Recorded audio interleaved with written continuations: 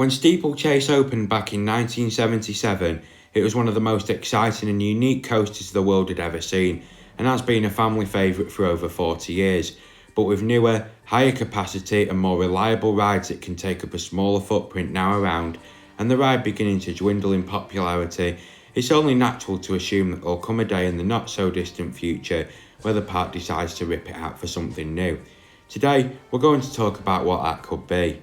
Before that though, I know that most of you have come across this video by it being recommended to you, or you searching for this topic and you're not yet subscribed to the channel. Firstly, thanks for stopping by and watching this video, but please consider subscribing for more content like this. We're so near to 300 subscribers now, and I'll be answering all of your questions when we do, so please leave any that you have in the comments or via my social pages. The links to those, along with my website and shop, are in the description, so please feel free to have a look. But anyway, thanks for clicking on today's video, and without further ado, let's get into it. If the park does remove this aerodynamics classic, they'd have a lot of space, by Pleasure Beach standards that is, to work with. We also have to think about what other attractions that are nearby could be on the chopping block too, to clear an even larger site. Those being Nickelodeon Streak and the Chinese Puzzle Maze. I'm not saying they will be taken out, just pointing out that they could be, and it wouldn't be a great surprise if they were. Particularly though, Nickelodeon Streak, as it's had its future brought into question quite recently because of it not being able to run a second train, due to it still having the vintage manual braking system and the long queues that the ride can easily build up over this in the summer. Apparently, the cost of adding a second train wouldn't be very different of that to a new, smaller scale wooden coaster, so that's definitely worth bearing in mind, and it's definitely something that the park could look at doing in the future, especially if the sponsorship for Nickelodeon Land is to be renewed over the next few years. Now, I think that given the Pleasure Beach's close relationship with the Mack family, whatever the new ride in this place is, it's likely to be coming from them. I'm going to talk about both a possible family coaster, a family thrill coaster, and an extreme coaster that could take this spot. The family option, and the first one, will be to stick with the dueling element and possibly add two powered coasters that could weave in and out of each other, just like the new ride at Efteling.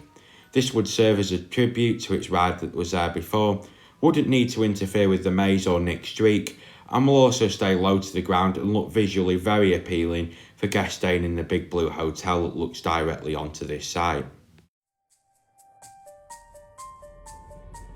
Spinning coaster will be a perfect fit for the space available and will be a great middle of the road family thrill ride, just like many think Steeplechase is. It could be similar to the fantastic Dwervelwind at Toverland, but maybe could even feature a small launch if the park wanted to mix things up a bit. In terms of theming, this could easily fit in with the Nickelodeon Land if they wanted it to, and they could even put the entrance near where the Chinese Puzzle Maze is. Final and most thrilling option in my opinion for this space is a Mack Big Dipper. And by the way, when I say Big Dipper, I'm not meaning the classic wooden coaster next to this site. I mean the coaster designed by Mack Rides that features small trains and can perform crazy elements. Now, I want this ride to go one better though than that, and I want it to become a fully fledged dive coaster where it hangs you over the drop.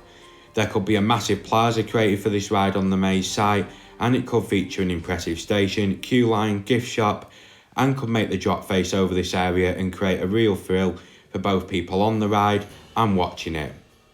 Like both other options I've talked about in this video, I have been on one of these rides before, that being Lost Gravity at Wallaby Holland, and let me tell you now, I loved every second of that coaster, and it would be an absolutely awesome fit in the UK.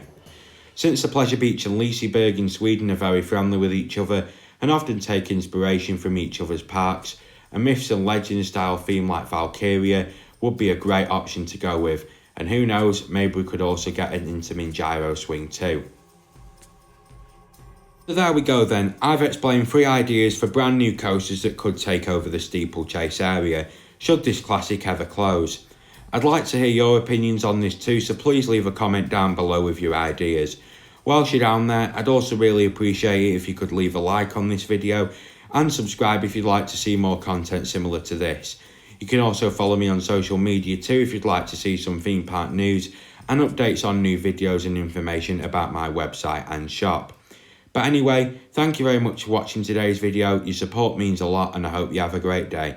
Bye now.